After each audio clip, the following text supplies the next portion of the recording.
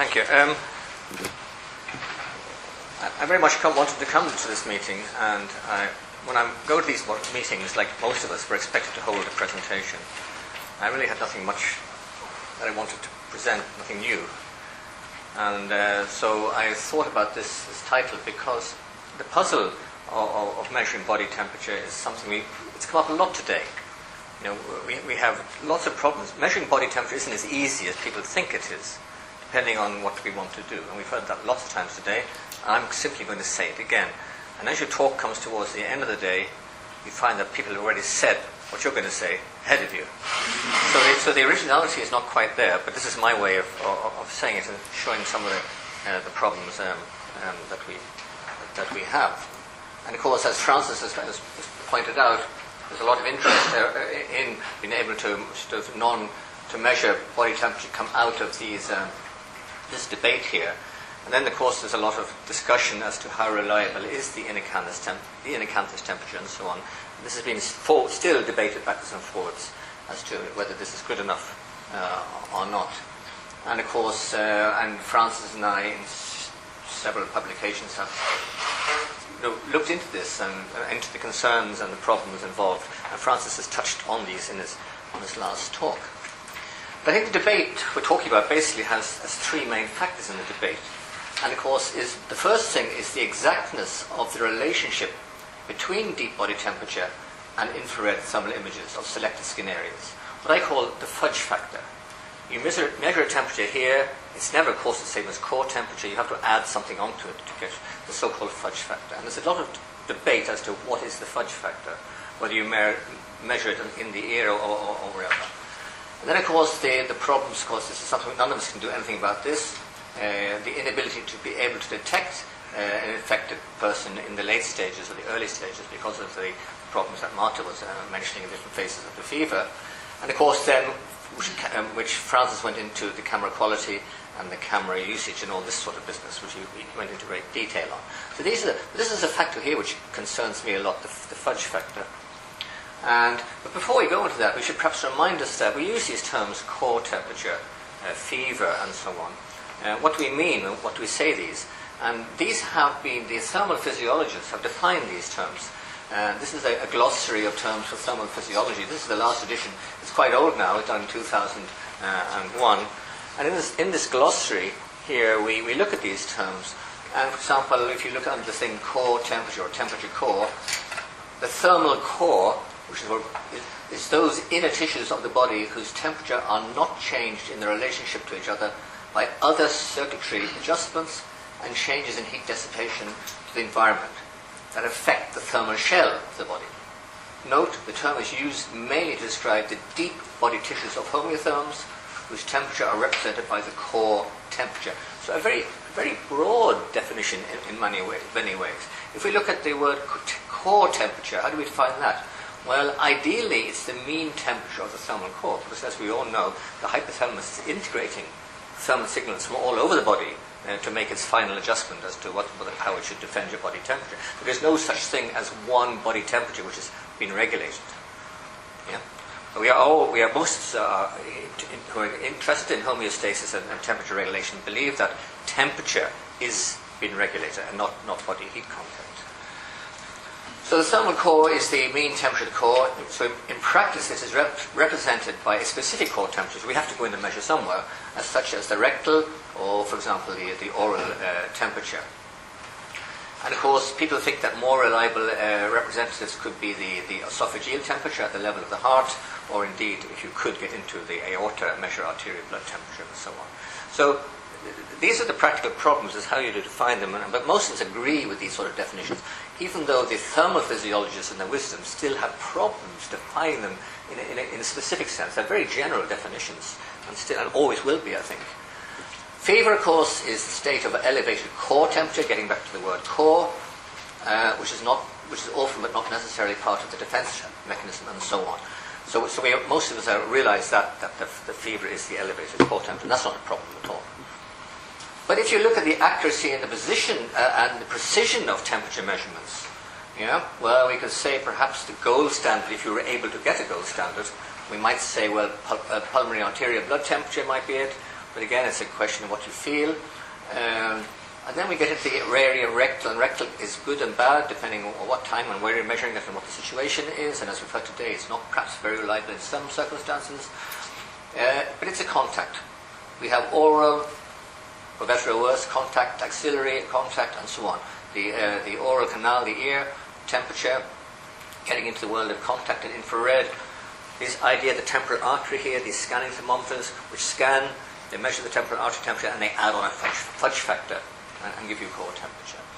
Then we have, of course, the whole business which Francis is into in the canthus. So we have this dilemma, which we're all aware of, and it's been discussed many times today. And of course, this is Martha's data, which she showed us earlier on this morning. Just again to emphasize, by the way, there's a lot of interest in these measurements, and these publications you find, there are nurses. There are many publications in journals, nursing journals, on this sort of problem here. And the usual comparison between rectal, oral, ear, and so on, where usually the rectal ends up as the highest, and then it gets worse as you get down here. So these are the sort of thing we've been into. All of these here, these two here, they are sort of, well, axillary, again, it's a skin temperature. It's not a central temperature. You have to add on a Fudge Factor in a sense. So these problems we're all aware of. Some people have made attempts to do rather good comparisons. This is a paper from David Pascoe from America, where he compared things like oral, esophageal, rectal, and so on at 2 different humidities and at 3 different ambient temperatures to look at the effect of humidity and ambient temperature on these.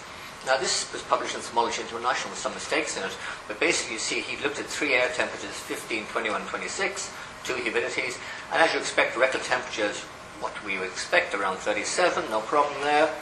Oral temperature here, some less in all cases here, not too bad here in the high humidity and so on here. Tympanic, presumably with an ear temperature always lower. A mistake here can't be 37.8. There's a mistake in the article, but again always lower.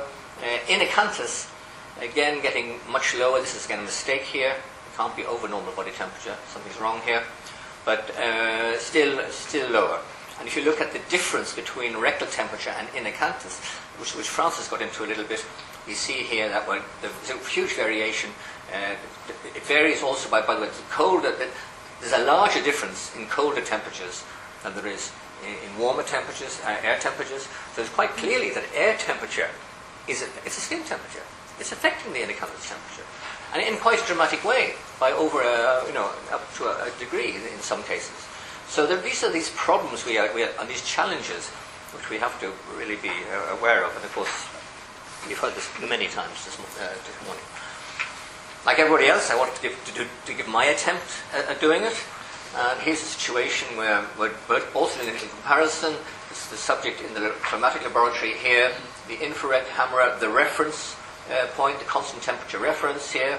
Here we have our calibrated thermometer, calibrated by Standards Norway, which is the equivalent of MPL in Norway. This is my Bible. This is the thermometer which is calibrated. You get a certificate.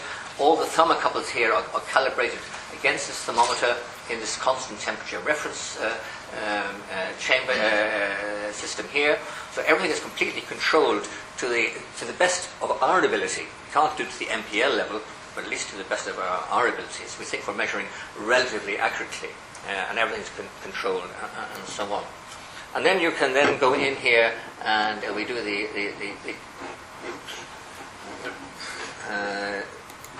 imaging with the infrared camera, and this did work before. Of course, it doesn't here now. Yeah, but it was working. I tested it before. Okay, it doesn't work now. It doesn't matter. What we see here is the head rotating around, and you see that there are hot spots not just in the front of the face, but as you go around the side of the face, you see the ear is very warm, and so on. He has the thermistor, the thermocouple under his tongue completely, and his mouth is closed there. What you see here is I was interested in the effect of distance. So this is a 22-degree air temperature, this is the humidity, these are the 3 differences. You see a half-meter difference, 1 meter, and so on. This is the picture here taken, a static picture, one moment in time, a frozen picture. Right? And this is the temperature of the highest temperature in this area and this area here, slightly different.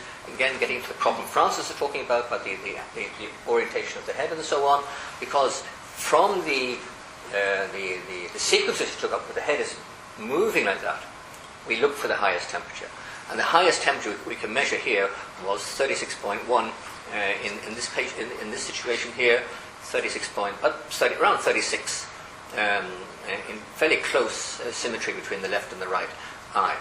But again, about a degree below body temperature here. You see here, oral is not too bad in a situation like this, because when in oral temperature, you keep this thing in for a long time. I mean, he has this thing in his mouth for nearly half an hour. It's a long measurement. And we see we're getting close to rectal temperature with oral here. The axillary temperature, again, with the thermocouple under here, well padded and insulated, but again slightly lower, but not too bad. This is the ear. This is not ear with a infrared thing inside the ear. This is the outside ear temperature, just as the camera passes the ear. And you see here, the ear, in fact, is higher than the inner canthus temperature. So this talk about the inner canthus being the warmest place in the face is not always true. On the side of the head, the ear, looking into the ear cavity with the camera, is often higher, and even the mouth, the temperature around the mouth here is even higher than the inner canthus of the ear. So the inner canthus is not always the warmest place on the front of the face. But again, it depends on the situation. This is a very artificial, this is a laboratory situation in a very controlled environment. And then if we then do corrections, because we found that there was some movement that we corrected for the reference temperature here, and then we see that at these three different distances here, that the difference between the rectal temperature and the inner canthus was about, it varied between half a degree here to nearly 1 degree here. Again here about 1.3. This is only 2 subjects, and we're seeing, and this is important, there's a difference between the 2 subjects. Yeah? As much as 0.6 here and 1.3 degrees here. Right? So these 2 subjects have got quite different inner canthi temperatures in a very controlled environment in the same situation. Then we move back, I get back to that, just finishing off here, getting back into there's been a lot of interest in microwave radiometry to try to measure internal temperature, because this is again non-invasive and so on, and this has been pushed around for quite a number of years now. The Russians were quite keen on that. This is going back to the 70s. No, in 2006. And then I discovered it in my own backyard in the Northern Lights Observatory in our department, in the physics department. There are some people looking at this, which I'm now working with. And in fact, it's a master thesis looking at microwave radiometry for medical use. And tomorrow there's a PhD defense on looking at microwave in Tromsø, where I come from, on this. So I talked to the guys there, and I said, well, they're using models and so on, and to cut a long story short, it's still got a long way to go. They haven't solved the microwave problem yet. They claim there's potential, but we ain't there yet. So getting back to the problem of non-contact, the best way to measure non-contactly is to measure the feces. This is feces temperature. Right? This is directly after defecation, big lump of feces, in with a thermometer. This is a very old technology, non-contact. You're not touching the patient, you're touching the feces. This is done a lot in the animal world. For example, they want to measure the temperature of an elephant. You just run around, follow the elephant, and as soon as it defecates, in with a thermometer. So feces temperature actually is a very good. Now I don't recommend doing this at airports in a fever situation, but it's a possibility. I was running around recently thinking of looking at this old idea, the so-called zero heat flow business. Zero heat flow was pushed around in the 70s. This is by Fox and Company. This is where you have a sensor here on the chest in this case here, and this sensor here has got two temperature sensors, one here and one here, and a heater here. And basically, cut a long story short, there's obviously a gradient from the inside of the body over the skin to the environment. But if you make the gradient zero, then you are exteriorizing the body temperature, and it'll show you the same as body temperature. So what they do is here, they have a little heater here, and in the beginning, this will be colder than this because there's a gradient through the skin, and they keep increasing the heat here until there's no difference, And theoretically, when there's no difference between the temperature between these two here, this is the same temperature as you have taken the cord to the outside. It's called the zero flow. And this worked quite well. This is done in the 70s. And this is for long-term monitoring. It's not quick. It takes time to do it. But for long-term monitoring, this is not a bad way to do it.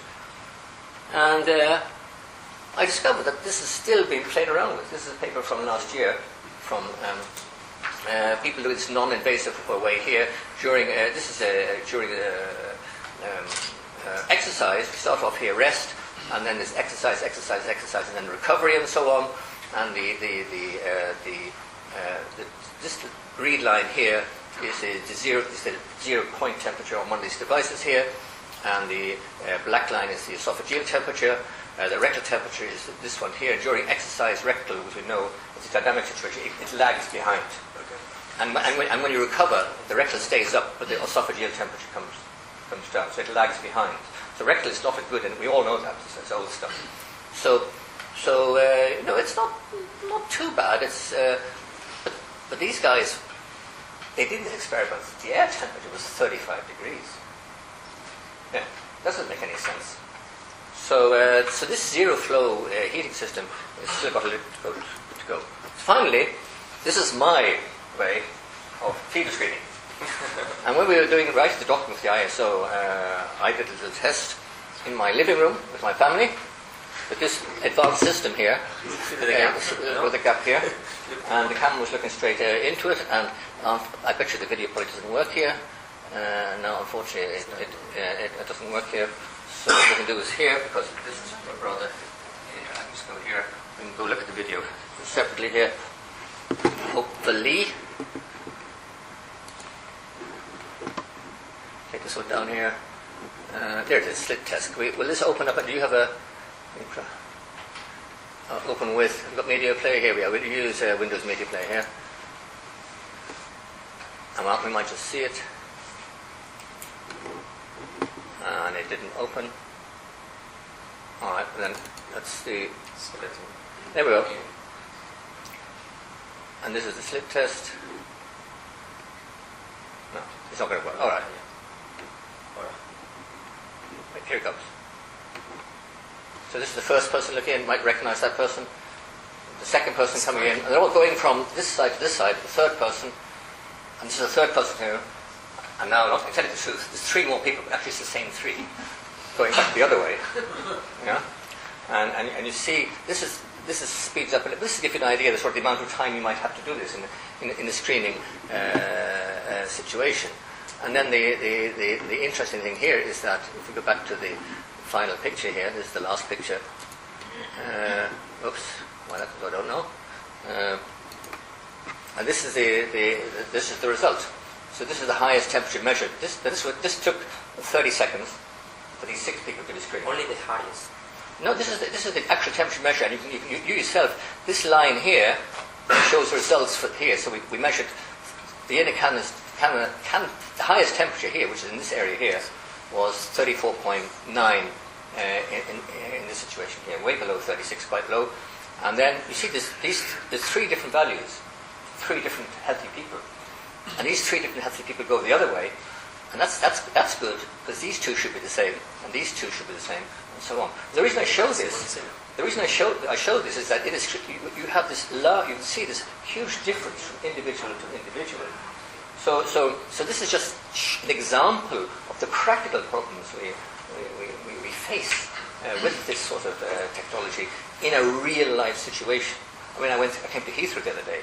I was saying to my wife, I had to go through the passport thing, and there were thousands of people there. God, how can you screen so many people, and you'd have to do something like this really quickly. You wouldn't have more than a few seconds to do it. And so there are enormous problems. So just a few thoughts. Thank you.